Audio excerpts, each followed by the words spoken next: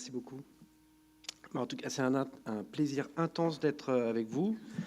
Et ce que j'ai appris beaucoup ce matin. Et sur la mélatonine, juste c'est qu'en fait, le dosage, c'est 3 mg. Mais en fait, il y a toute une histoire. En fait, le vrai dosage, c'était 1 mg. Il y a une histoire de brevet derrière. C'est assez incroyable. Et en tout cas, on surdose tout le temps la mélatonine. Et il y a beaucoup d'effets. Enfin, on a travaillé là-dessus, sur le fait qu'il y a des mômes ou des personnes, des adultes qui ont du mal à détoxifier le truc. Et en fait, on regarde ça. Ouais. Merci. Et je vais vous parler un tout petit peu de ce qu'on fait. Et en particulier, oui, ces variants communs qu'on a du mal à comprendre leur effet et un peu comment ces variants qui sont dans cette salle, les variants génétiques, et qui vont peut-être jouer sur le fait que des fois, on va plutôt dans une situation où on est en difficulté, ou des fois, on va être un peu protégé. Donc, je travaille à l'Institut Pasteur, mais je dis toujours que la porte de mon laboratoire, c'est à l'hôpital. Et donc, je travaille avec plusieurs hôpitaux, mais en particulier celui de Robert Debré, avec le service de Richard. Donc, on fait ça à Paris. On va avoir un nouvel institut, donc je vous en parlerai un petit peu. Je travaille beaucoup avec les projets européens. Donc, il y a M2 Trials, qui est un projet européen sur l'autisme. Candy, qui sortait un peu de l'autisme et qui allait vers les troubles du neurodéveloppement, d'épilepsie, d'hyperactivité. Et puis, mon dernier projet que j'ai nommé R2D2 Mental Health, R2D2 Mental Health, pour Risk, Resilience, Developmental Diversity in Mental Health. Et en gros, je vous en parlerai un petit peu, mais un des points importants de R2D2, c'est qu'on fait de la recherche participative avec les personnes autistes, avec les personnes hyperactives. Enfin, on a plein de gens neurodiverses dans le projet.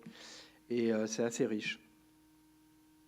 Donc, je ne vais pas vous donner toutes les définitions de l'autisme, vous les connaissez très bien. Et donc, il y a quand même une tendance de se dire, maintenant, en Californie, c'est une personne sur 22, donc il y a des gens qui veulent revenir à de l'autisme prototypique. On sait que c'est très hétérogène et vous êtes bien placé pour le savoir que on a eu des exemples. Des fois, il y a de l'épilepsie, des fois, il y a de la déficience intellectuelle, des troubles du sommeil. Et puis, on pense aussi que c'est un continuum, c'est-à-dire qu'il y a des traits autistiques qui sont plus ou moins prononcés. C'est plus de garçons que de filles, je reviendrai là-dessus. Ce qu'on sait, c'est qu'on est assez mauvais pour diagnostiquer l'autisme chez les filles. Et que maintenant, de plus en plus, en fait, ça s'équilibre un peu. Mais il y a toujours quand même un peu plus de garçons que de filles. Et la prévalence, c'est à peu près 1% dans la population générale. Donc ça n'a pas toujours été comme ça. C'est depuis les années 70, il y avait vraiment une personne sur 10 000, c'était très très rare. Et maintenant, je vous ai dit, toutes les diapos, vous pouvez les trouver sur mon site, si vous voulez. Je vois voilà. En tout cas, ça augmente énormément. Ça augmente pour plusieurs raisons. La première, c'est qu'on a élargi les critères diagnostiques de façon incroyable. Et puis en plus, j'ai eu la chance de rencontrer Stephen Shore, qui est une personne autiste qui a écrit L'autisme pour les nuls aux États-Unis, qui a été traduit en français par Joseph Chovanec et qui est un super bouquin. Et Stephen Shore nous dit, en fait, l'autisme, c'est un peu comme ça a augmenté autant que les paquets FedEx ces dernières années. Donc, je ne comprenais pas vraiment. Enfin, il voulait nous dire que, en fait, quasiment tout ce qui a augmenté ces dernières années a été associé un jour à l'autisme. J'ai vu un papier sur les jours de pluie qui pouvait être une cause de l'autisme. Enfin bon, en tout cas, il y a plein de choses qui ont augmenté ces dernières années, et à chaque fois, ça a été associé à l'autisme. Et après, il nous a dit, est-ce que vous voyez ce qu'il y a entre le E et le X dans FedEx? Donc, j'étais un peu jet lag, j'ai rien vu du tout, et il m'a dit, il y a une flèche. Enfin, il nous a dit, il y a une flèche.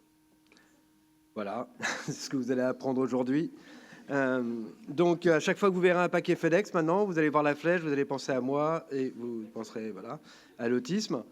Mais en gros, ce que dit Stephen Shore, c'est qu'en fait, maintenant, à chaque fois que vous allez voir un paquet FedEx, vous allez voir la flèche, c'est sûr, on la voit.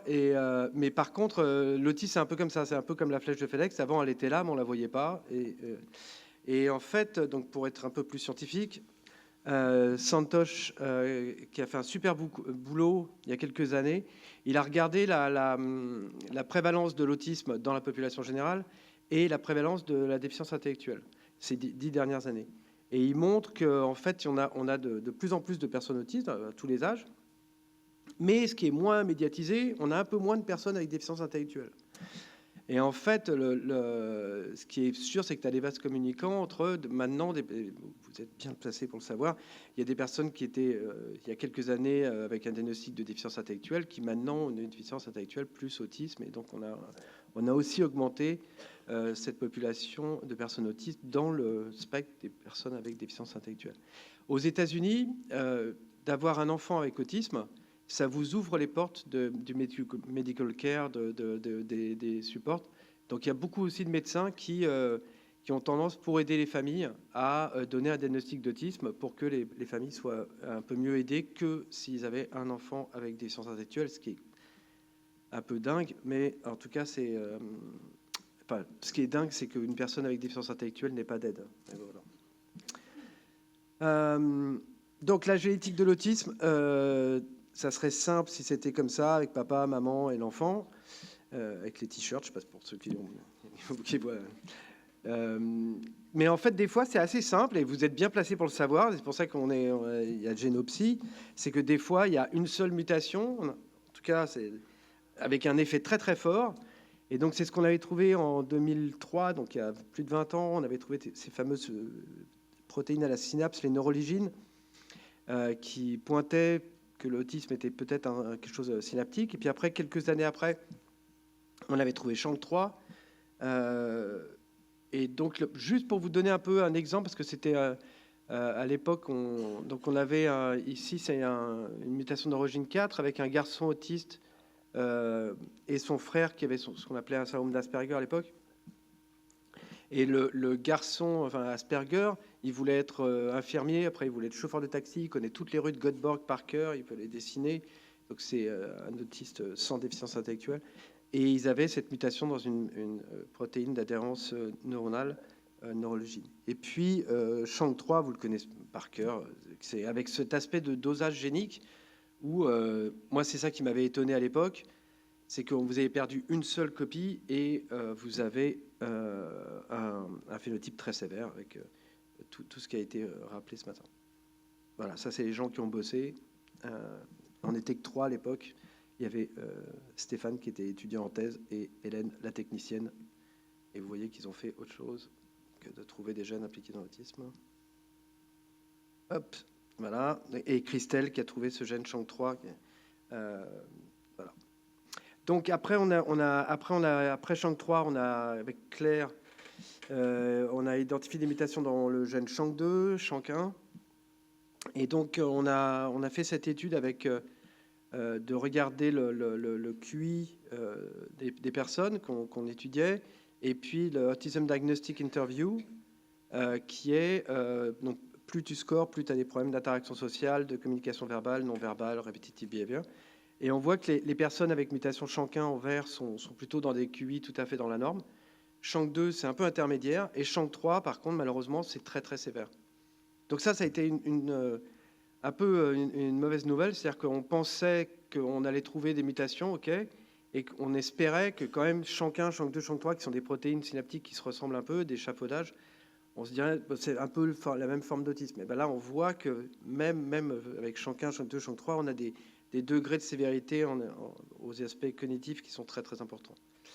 Et donc, donc c'était il y a quelques années, il y a même 10 ans maintenant, donc les psychiatres allaient voir les enfants, regarder s'il y avait des clinodactylies. Donc maintenant, c'est incroyable que ça... Maintenant, c'est une généralité que les psychiatres et les généticiens bossent ensemble, mais à l'époque, c'était pas trop le cas. Et donc maintenant, c'est... Donc les patients SHANK2, par exemple, ils ont des fois des petits clinodactylies. Enfin, on est revenu aux patients. Les mutations SHANK3, donc c'était de savoir à l'époque, la question c'était est-ce que l'hypotonie était due à SHANK3 ou à d'autres gènes dans la délétion. Et on pense que, en tout cas, SHANK3, juste une mutation SHANK3 peut donner des hypotonies, par exemple.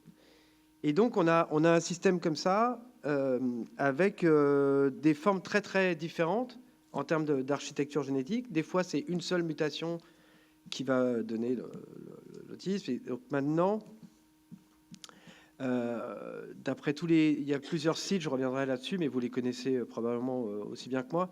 Il y a à peu près 1800 gènes qui ont été répertoriés de troubles du neurodéveloppement.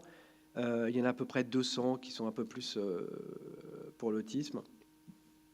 Et puis, de l'autre côté, on a des formes très polygéniques, probablement, avec des milliers de variants qui sont dans cette salle, hein, qui sont fréquents dans la population et qui vont donner une probabilité d'être autiste un peu plus élevée.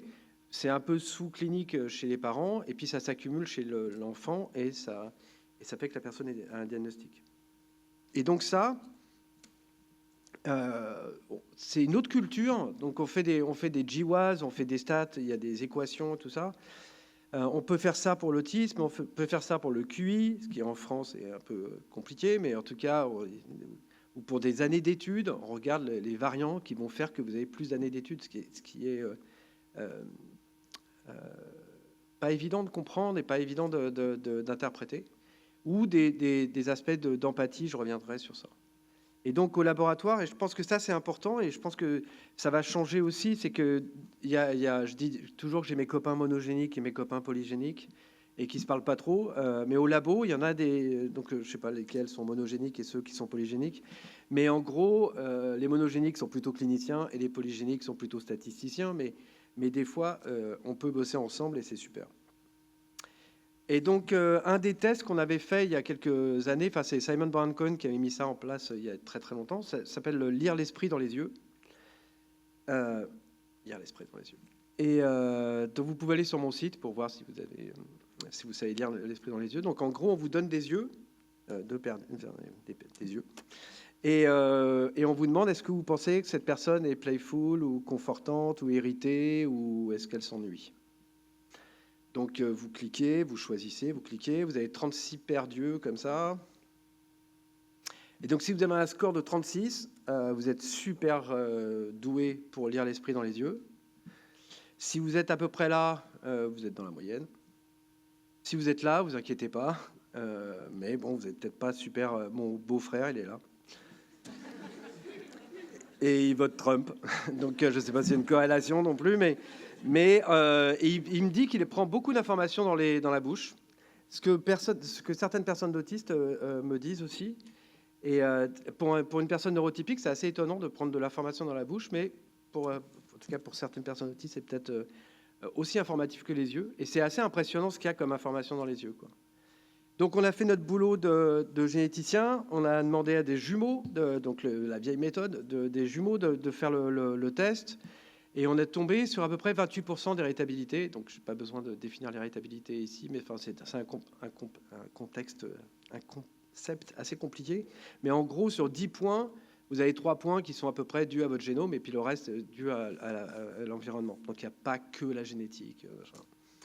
Et puis après, donc je pourrais être en tôle en France, parce que j'ai bossé avec 23andMe. Donc, pas la peine ici, enfin, pour ceux qui ne savent pas, parce que 23andMe, c'est une compagnie qui fait des génomes pour les gens. Et donc, ils ont mis le site, ils ont mis le test sur leur site, et on a reçu 88 000 réponses. Donc, on a vu déjà que les filles étaient meilleures que les garçons au test de lire l'esprit dans les yeux, il n'y avait pas besoin d'avoir 88 000 personnes pour trouver ça. Et puis après, on a fait un tour du génome, on a regardé quels étaient les gènes qui pouvaient être impliqués dans ce trait. Donc on s'est pas arrêté là, on a fait le Read the Mind in the Eye test, là, on a fait un test d'empathie, plus un questionnaire, et puis un test de systemizing. Donc systemizing, c'est aussi un test qui a été mis en place par Simon Baron-Cohen, qui est plutôt, est-ce que vous aimez résoudre des petits problèmes, classer des trucs, un petit ingénieur, quoi. Et Read the Mind in the Eye test, c'est assez intéressant, c'est que c'est plutôt l'empathie cognitive. C'est-à-dire, est-ce que vous êtes capable de détecter les émotions de l'autre? Et il y a l'empathie affective, c'est est-ce que vous répondez à l'émotion de l'autre, quoi. Et après, donc c'est là où il faut me suivre, c'est que en fait, quand vous faites un GWAS, vous regardez quels sont les gènes, les variations fréquentes dans cette salle qui sont impliquées dans cette capacité de lire l'esprit dans les yeux, ou d'avoir des scores d'empathie. Et donc, vous faites un GWAS là-dessus. Un GWAS, c'est Genome-Wide Association Study. Et vous pouvez après corréler, regarder si ces variations sont corrélées à d'autres GWAS. Ça va? Par exemple, est-ce que c'est corrélé au GWAS de l'autisme, d'années d'études? Et donc, c'est ce qu'on a fait. Donc, et en gros, donc, au niveau génétique, on voit que le GWAS de l'autisme, donc les variations génétiques qui sont associées à l'autisme, les variations fréquentes, sont enrichies en variations qui vont vous donner des scores plus élevés de systemizing, de petit côté ingénieur, et vont vous donner des scores plus bas d'empathie. Ça va? Et ça, c'est au niveau génétique, pas au niveau phénotypique. Au niveau phénotypique, on sait que les autistes sont plutôt un peu ingénieurs ou un peu systemizing et un peu moins d'empathie cognitive. Mais là, c'est au niveau génétique, on peut voir cette différence. Et Jacob, dans le dernier tour du génome sur l'autisme, a montré que les variations qui étaient associées à l'autisme étaient aussi corrélées à des variations de QI, mais positives. C'est-à-dire que les variations fréquentes dans cette salle qui donnent un peu plus de risque d'autisme, de probabilité d'autisme, sont aussi des variations qui vont vous donner un peu plus de QI, un peu plus d'années d'études. Et intéressant, qui sont plutôt du chronotype du soir. Donc voilà, ces genres de choses. Donc, je peux vous parler 2 minutes de 2 papiers et puis vous donner des nouvelles de Schank, mais 2 papiers récents qu'on a fait et qui parlent de ça. Donc, le premier, c'est avec Varun. On a, au lieu de dire autisme oui ou non, on a fait une analyse factorielle pour essayer de mieux comprendre. Pourquoi? Parce que je pense que autisme oui ou non, enfin, en tout cas, c'est plus du tout la question que je pose, c'est vraiment d'essayer de mieux comprendre les dimensions, la fonctionnalité des gens. Et donc, on a le tour de force un peu, c'était de regarder donc des données de Social Communication Questionnaire et Repetitive Behavior Scale, la SCQ et la RBS, chez 24 000 personnes. Et donc, on a regardé après qu'est-ce qui était corrélé ou pas, et on est tombé sur 6 facteurs qui sont ceux-là, qui ne sont pas des facteurs totalement étonnants. Hein, je veux dire, les aspects sensorimoteurs, les aspects d'insistance sur la difficulté au changement. Tout ça. Et en fait, après, quand on a ces facteurs, on peut poser des questions. Par exemple, est-ce que les garçons et les filles sont différents? Et en fait, la plupart du temps, les garçons ont des scores un peu plus élevés sur ces facteurs. Par contre, enfin, il y en avait un qui était assez intéressant, et donc je rebondis sur Pauline Chaste, qui ne m'écoute pas.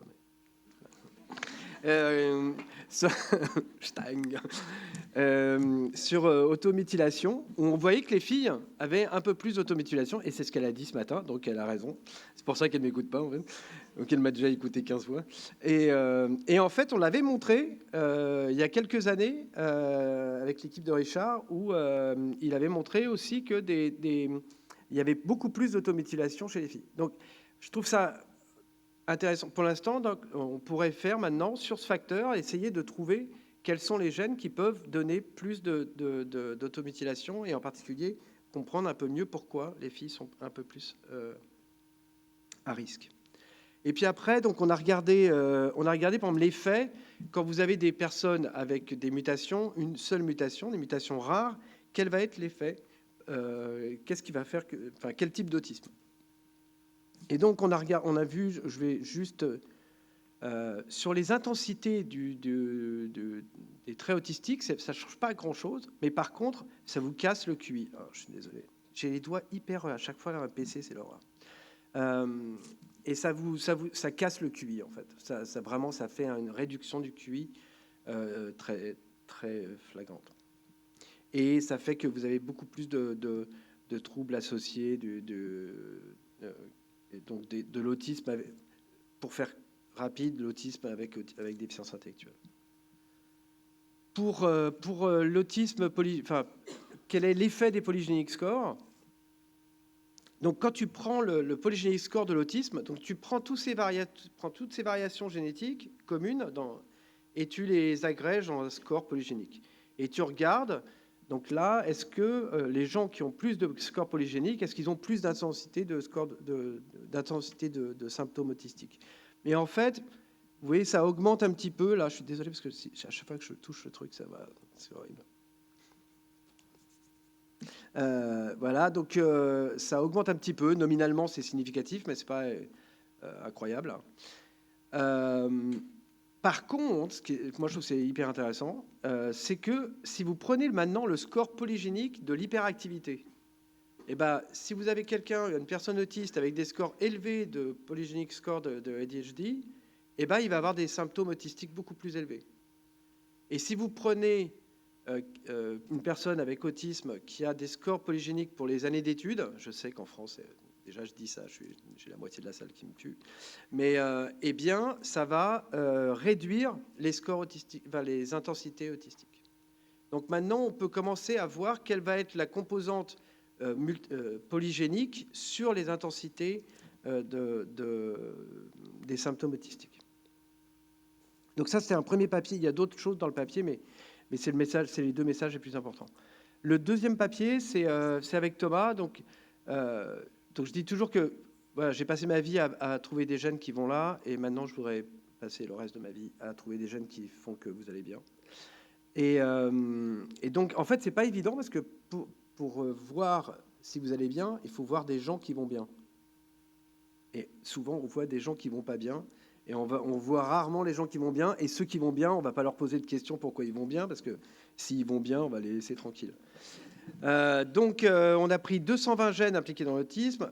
Le tour de force, de nouveau, c'était de regarder les exomes de 13 000 personnes autistes et de 200 000 personnes de la population générale.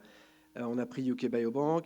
Et comme je suis de la génération où je veux voir les choses, on a downloadé tous les BAM de tous les LOF, de toutes les mutations perte de fonction pour être sûr que la personne avait la mutation perte de fonction. Donc mon laboratoire me hait parce qu'ils ont regardé tous les BAM, tout ça. Mais donc ça a été partagé avec Wendy Chung, on a eu aussi les cohortes danoises de IPSIC et UKB. Et donc, le premier résultat, si vous prenez des gènes impliqués dans l'autisme et que vous comparez des autistes et des témoins, et si vous aimez bien les p-values, vous êtes super content parce que effectivement, il y a plus de gènes, il y a plus de mutations chez les autistes que chez les témoins, ce qui est un peu normal. Mais enfin, il faut mieux le montrer. Et donc, on avait à peu près 4% de gens qui avaient ces mutations dans les gènes, dans les 200 gènes les plus connus dans l'autisme. Mais par contre, on avait quand même 0,5 à 1% des papas, des mamans, des frères et sœurs non diagnostiqués qui avaient ces mutations. Donc, c'était très différent d'un gène à l'autre. Donc là, c'est le load ratio pour l'autisme, sur l'axe ici. Et le nombre de carrières de porteurs de mutations. Donc là, vous voyez que ici, là-haut, c'est des gènes pour lesquels, quand vous avez une mutation LOF, perte de fonction, on n'a jamais vu une personne sur les 200 000 personnes. Donc maintenant, on est en train de regarder 500 000 personnes et 1 million peut-être dans quelques mois, là, avec All of Us. On va peut-être trouver un résilient. Mais en tout cas, ceux-là, dès que tu as une mutation LOF, visiblement, tu as un diagnostic d'autisme. Mais vous voyez, même Shang 3, là, j'étais étonné, on a trouvé 2 résilients, un papa et une personne de UK Biobank, et ils avaient une mutation pour les aficionados de Shang 3, je vois qu'il y en a dans la salle, c'est plutôt la forme alpha au début du gène. Donc vous voyez, selon la mutation et selon le gène, là où va tomber la mutation, évidemment, on va avoir des différences phénotypiques. En tout cas, on peut maintenant avoir une meilleure idée des odds ratios de l'autisme. Et puis après, on s'est posé la question, qui sont ces gens de la population générale qui sont porteurs de ces mutations? Et donc, on a, dans UK Biobank, il y a 18 000 traits. Donc, on a testé les 18 000 traits. On a regardé quelle est la différence entre les gens qui sont mutés et les gens qui ne sont pas mutés. Et en fait, on est tombé sur des choses qui sont un peu évidentes, mais la science, c'est aussi de montrer des choses un peu évidentes des fois. On est tombé sur des scores d'éducation, sur des scores d'emploi, de salaire, et ainsi de suite. Donc, en gros, quand vous êtes muté dans un gène impliqué dans l'autisme, vous avez un tout petit peu moins de QI, un peu moins d'années d'études, un peu moins de salaire et un peu plus de déprivation matérielle. Donc, je reviendrai sur ces aspects-là. Mais il y a des gens qui sont mutés et qui gagnent plus que moi, ce qui n'est pas non plus compliqué. Mais en tout cas, qui ont pas du tout de problème. Point important, les gens qui ont des polygéniques scores élevés dans la population générale, donc ça c'est assez intéressant, c'est qu'on retrouve cette association avec le QI, donc ils ont un petit peu plus de QI, ils ont un peu plus d'années d'études, par contre ils ont un salaire qui est comme les autres, et ils ont une déprivation matérielle. Et là, en fait, donc là on n'avait que 200 000 personnes, mais on va regarder, mais en gros ça c'est mes étudiants, quoi. C'est-à-dire qu'ils ont un peu plus de QI, un peu plus d'années d'études, mais par contre des salaires pas extraordinaires, et ils sont souvent en déprivation matérielle. Ils doivent vivre, en tout cas, ils ne peuvent pas habiter à Paris. Et donc, on a des gens probablement qui sont en échec, en tout cas, d'un point de vue de notre société, probablement, alors qu'ils pourraient, enfin voilà, je reviendrai sur ça. Il y a, pour UK Biobank, donc c'est à peu près 500 000 personnes de la population générale. À l'époque, on n'avait que 200 000 exomes. Maintenant, on a les 500 000 génomes. Et il y avait des gens qui avaient fait une étude vraiment intéressante. Ils avaient regardé dans UK Biobank, donc vous avez les 500 000 personnes avec la génétique. Et puis, il y en a qui ont répondu au questionnaire de UK Biobank, et puis d'autres qui n'ont pas répondu au questionnaire de UK Biobank. Et donc, il y a des généticiens qui ont voulu savoir est-ce qu'il y a une génétique de la réponse au questionnaire. Comme quoi. Et donc, en fait, ils ont vu que les gens qui répondaient au questionnaire avaient un peu plus de polygénique score d'années d'études et ainsi de suite. Donc, on a fait la même chose et on a regardé les gens qui sont mutés dans UK Biobank. Eh bien, en fait, ils avaient moins de probabilité d'aller dans le scanner. Ils avaient moins de probabilité de répondre aux tests d'intelligence, de salaire et de qualification. Donc, en gros, d'avoir une mutation, perte de fonction dans un gène impliqué dans l'autisme, ça va des fois vous donner un diagnostic d'autisme, des fois vous allez bien, enfin en tout cas vous allez bien, il n'y a pas de diagnostic, et puis probablement dans certains cas vous êtes un peu en difficulté et quelquefois en très grande difficulté, mais pas d'accès au diagnostic. Donc pourquoi certaines personnes sont plus ou moins vulnérables? On s'est posé la question, est-ce que c'est les garçons ou les filles? Est-ce que c'est différent chez les garçons ou chez les filles? Et donc, on avait ce petit modèle où on se disait que des mutations fortes ou des hauts de polygénique score. Et on s'est rendu compte que, en fait, chez les autistes, et ça a été montré plusieurs fois, c'est qu'il y a plus de mutations très très fortes, là, ces mutations perte de fonction, chez les filles que chez les garçons. Ça a été montré. Je reviendrai sur l'interprétation. Mais par contre, dans les résilients, donc dans les gens de la population générale qui étaient mutés, il y avait autant de garçons que de filles. OK. Donc, voilà le modèle. On pense que c'est un peu comme ça. C'est-à-dire que quand vous avez une mutation très très forte, genre Chang3, eh ben en fait, que vous soyez garçon ou fille, ça ne fait pas trop de différence. Et d'ailleurs, c'est assez intéressant parce qu'en fait, quand vous regardez les patients Chang3, il y a autant de garçons que de filles. Quand les patients Neurexin 1, il y a autant de garçons que de filles. C'est assez rare qu'il y ait des mutations très très fortes avec plus de garçons que de filles. Probablement pour les scores polygéniques, c'est à peu près pareil. C'est à peu près équivalent. Par contre, on pense que des scores polygéniques un peu intermédiaires ou des burdens de mutations un peu moins forts vont être les garçons vont être un peu plus vulnérables. Et ce qui est intéressant, c'est que Lorna Wing, qui est une psychologue anglaise incroyable, c'est elle qui a utilisé le terme camouflage pour la première fois. Et donc, je pense que ça, c'est vraiment important. C'est qu'on pense que, quand je dis que les filles sont peut-être moins vulnérables, en fait, probablement, elles camouflent un peu plus l'autisme. Et ça, il y a eu beaucoup d'études maintenant qui montrent qu'il y a beaucoup de gens dans la population qui, et en particulier des filles, il y a des garçons aussi, mais qui camouflent leur autisme et qui, en fait, imitent un peu les neurotypiques pour être acceptés dans notre société, quoi. Et il y a beaucoup de travaux de William Mandy qui montrent que ces personnes qui camouflent ont des qualités de vie bien moins bonnes, beaucoup plus de dépression et que donc c'est quand même un point important et qu'on doit accepter un peu plus la neurodiversité. donc, quand on a fait le papier, il y a eu un super news and views. Vous pouvez, tout est open access. Et il y a eu un joli papier sur essayer de comprendre comment on peut réconcilier à la fois la partie génétique et la neurodiversité, de mieux comprendre. Voilà, c'est la façon dont je présente les choses avec pour les familles ou pour les étudiants. Donc, si vous aimez l'alcool, vous savez qu'il y a de l'alcool fort et de l'alcool moins fort, et on se rappelle le lendemain la qualité et de la quantité de l'alcool. Et là, cette photo ici, cette dame, si elle s'arrête de chanter, vous entendez tout de suite la différence. Par contre, si lui s'arrête de jouer, sauf si vous avez une oreille de dingue, ça va être quand même compliqué d'entendre la différence. Mais si tout cela, il s'arrête de jouer, vous allez commencer à entendre des différences, quoi. Donc ça, c'est Madame Chante 3, et tous les autres, c'est les petites variations génétiques, mais qui jouent un rôle important, quoi. C'est comme ces petits points sur le... Si vous enlevez un point, vous allez toujours voir la Tour Eiffel, ou si vous enlevez une goutte. J'ai plein d'images comme ça. Mais en tout cas, c'est pour vous dire que toutes ces variations fréquentes, elles sont quand même importantes pour la petite musique. Donc voilà, on connaît de mieux en mieux, la Castafiore, là, on connaît de mieux en mieux ces gènes. Il y en a beaucoup qui sont synaptiques, il y en a qui sont dans le remodelage de la chromatine.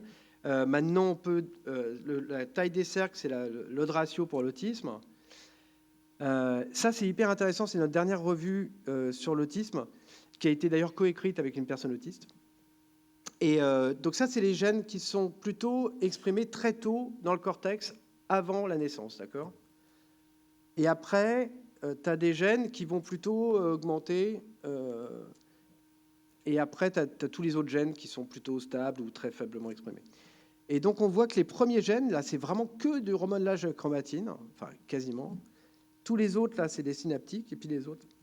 Et donc, je pense qu'on va commencer à faire un peu de relation génotype-phénotype avec quelle va être la sévérité du trouble ou les comorbidités basées un peu aussi sur l'expression des gènes. Voilà, pour les gènes, les variants communs, je dis toujours que les joueurs, là, les musiciens, ils ne jouent pas que pour l'autisme. Donc ça, c'est toute la matrice de corrélation des traits. Et par exemple, pour l'autisme, en fait, ces variants communs, ils sont aussi présents dans l'ADHD, ils sont présents dans l'anxiété. Et donc maintenant, on essaie de comprendre quels sont ces variants fréquents qui vont moduler la sévérité ou la vulnérabilité d'une personne dans sa vie, quoi. Voilà, on a fait un site web. Si vous avez un gène préféré, vous tapez votre gène et vous savez si le gène est impliqué dans les troubles du neurodéveloppement. Donc, on a fait un peu le best-of des différentes bases de données, 6NDD, enfin tous les trucs que vous utilisez, j'imagine. Vous pouvez aller sur le génome. Si votre gène est impliqué dans l'autisme, vous pouvez savoir pourquoi. Vous allez à la Safari. Vous pouvez regarder si votre gène où est-ce qu'il est exprimé dans le cerveau. Vous pouvez même regarder l'évolution du gène. Et si vous êtes motivé, je ne sais pas, il y a des papas ou des mamans qui ont adopté des gènes, là. Ah, il faut le faire, c'est vachement bien. C'est Berthe de Vries qui a mis en place une base de données. Donc vous pouvez adopter des gènes. Moi, je suis un mauvais papa parce que je n'ai pas vraiment mis d'informations, mais je vais le faire. Et c'est une super base de données. C'est un Nature Medicine il y a quelques mois qui est vraiment bien. Je pourrais vous donner les références si vous voulez. Et donc, dans le site, vous avez tous les gènes. Et maintenant, on vous file l'odd ratio pour le titre. Par exemple, tout celui du haut, là, c'est SCN2A. Donc, il a un odd ratio très, très fort pour l'autisme. Celui-là, c'est un peu moins. Celui-là, c'est un peu plus. Donc, vous pouvez télécharger tout ça. On rajoute des choses. Si vous avez des idées, n'hésitez pas. On essaiera de l'implémenter. Vous pouvez avoir d'autres. Il y a d'autres colonnes que vous pouvez sélectionner. Vous pouvez tout télécharger si vous voulez vous amuser à travailler sur les données. Donc c'est GeneTrek, pasteur.fr. Voilà. Et puis quelques nouvelles de Shank. Rapide parce que là le temps passe, mais la petite souris, donc les mutations Shank, on avait fait la petite souris il y a quelques années, Shank 2, donc ça c'était ce qu'on voyait, c'était une petite souris dans une bassine, c'est passionnant. Et la petite souris Shank 2, je trouve que ça c'est un bon exemple que si une souris, donc c'est un gène qui a été trouvé dans l'autisme, mais si cette souris elle va à l'hôpital, elle va voir directement le spécialiste de l'hyperactivité, sans passer par le spécialiste de l'autisme. Et donc ça, c'est un résultat qu'on avait depuis très longtemps. Et donc, on avait testé les interactions sociales. Donc, je suis désolé pour ceux qui ont déjà vu ça 15 fois, mais... donc là, c'est un mâle à gauche, qui est un mâle sauvage. Et on va introduire une femelle en chaleur dans la cage. C'est ce qu'on fait à l'Institut Pasteur. Donc voilà, si vous n'avez jamais vu un mâle et une femelle dans une cage, c'est tout mignon. Et à droite, c'est un mâle qui est muté dans le champ 2. Voilà. Donc on a quantifié pour publier, évidemment. Vous allez voir que ce n'est pas qu'il n'est pas intéressé, mais je vous assure que quand on a trouvé ça il y a 10 ans, c'est pour ça que je le remontre encore, on a été quand même surpris de voir ces interactions sociales qui étaient quand même différentes, ces aspects de motivation, donc on a beaucoup bossé depuis. Donc vous allez voir, c'est pas qu'il n'est pas intéressé, il est à droite là, je crois. Vous voyez, il va la suivre, enfin c'est pas comme l'autre, quoi, c'est clair. Et donc il y a un micro, donc Élodie au laboratoire était une éthologue qui travaillait chez les babouins avant pour les vocalisations. Et donc elle voulait savoir ce que disaient ces souris pendant qu'elles interagissaient. Et donc je lui ai dit, mais si tu veux savoir ce que disent ces souris, il faut vraiment beaucoup de data. Et il faudrait genre un truc genre YouTube, mais pour les souris, genre MouseTube. Donc normalement, quand je dis un truc comme ça, on m'écoute pas, mais elle m'a écouté. Elle a fait MouseTube. Et c'est la première plateforme de partage de vocalisation de souris. Vous pouvez aller sur MouseTube. Il y a des papiers très sérieux dans Neurone qui ont utilisé nos vocalisations et tout ça. Et donc, on a maintenant cette possibilité. Donc, ça, c'est Élodie. Et ça, c'est Fabrice. Et Élodie, donc, c'était une éthologue. Et donc, vous voyez qu'elle mesurait la quantité de contact entre les souris. Enfin, c'était horrible. Et elle a dit, mais moi, je veux voir... Enfin, c'est pas la vraie vie des souris. Je voudrais les voir tous les jours, la nuit, machin, tout ça. Et Fabrice il a dit ça, en gros. Et ça leur a pris... Donc, à peu près 8 ans pour faire ça, là, comme ça. Mais maintenant, tout ce que fait la souris est traqué. Donc c'est le meilleur tracker de souris du monde.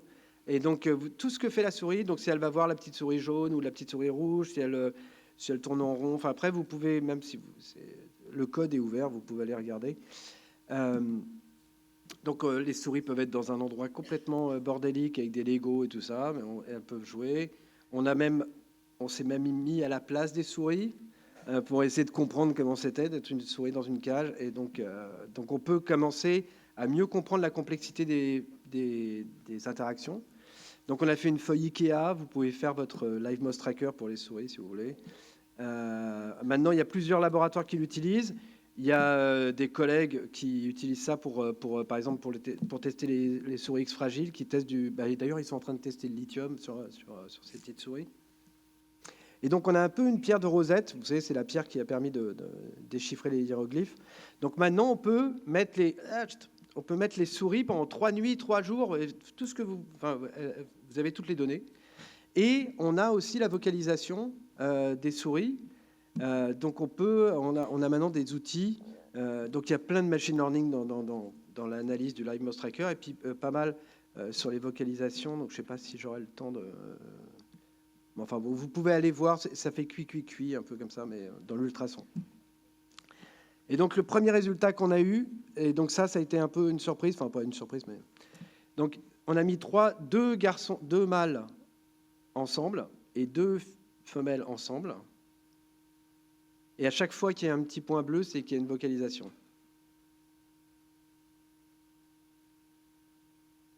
Voilà.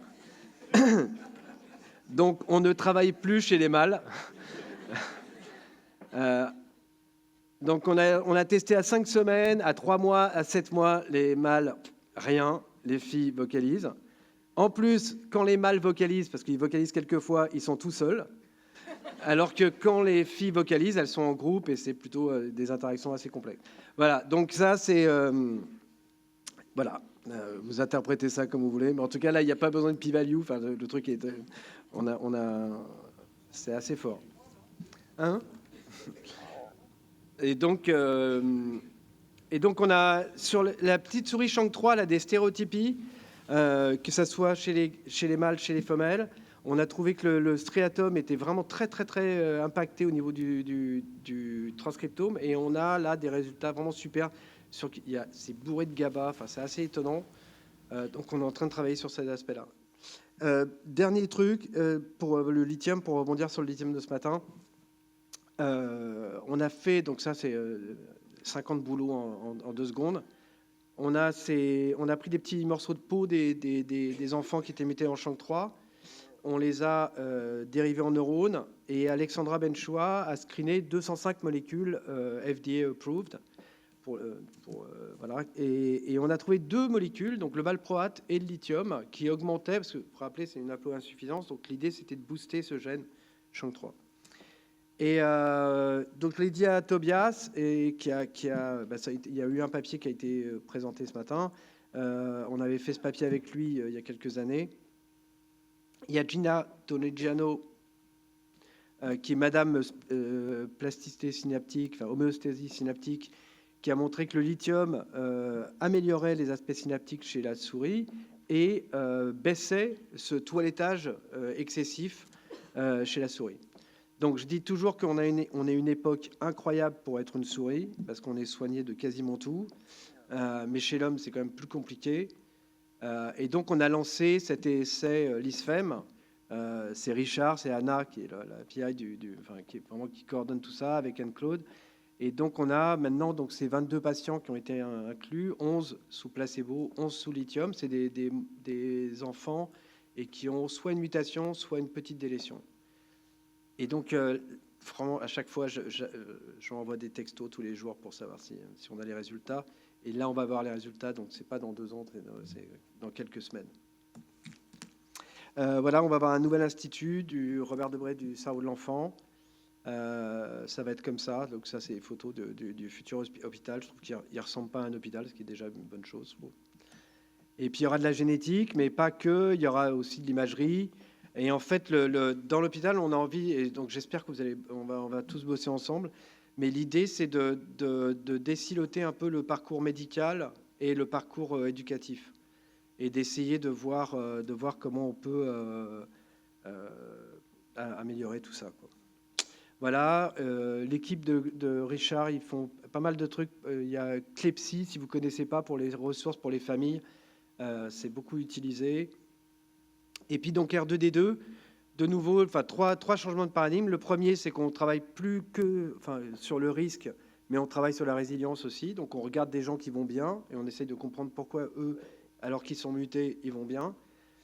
On travaille bien sûr sur le diagnostic, autisme, ADHD et tout ça, mais on travaille plutôt sur les aspects fonctionnels. Donc là, on a un papier qui vient juste d'être accepté là, il y a 2 minutes, sur l'ICF, la CIF, et comment on peut mapper l'International Classification of Functioning, et pour que ça soit plus utile pour les professionnels. Et puis on fait beaucoup de recherche participative. Donc là, vous avez des adolescents, des adultes, autistes, ADHD, qui travaillent avec nous pour la recherche. Voilà. Kebi Brooks, c'est une personne autiste, et j'aime bien la façon dont elle dit les choses. Elle dit, quand je discute avec des médecins ou des chercheurs, ils voient ma vie comme ça. Et c'est marrant parce que moi, je vois ma vie comme ça, quoi. Et je trouve que c'est une belle façon de faire. Voilà. J'ai même écrit un bouquin, et tous les droits vont à la recherche sur l'autisme. Et puis mes droits d'auteur. Et voilà. Et Maria et moi, c'est un joli bouquin, si vous voulez, pour les familles. C'est un papa qui découvre l'autisme de sa fille, et sur le t-shirt, il y a marqué « Je suis unique comme tout le monde ». Voilà. Merci beaucoup encore.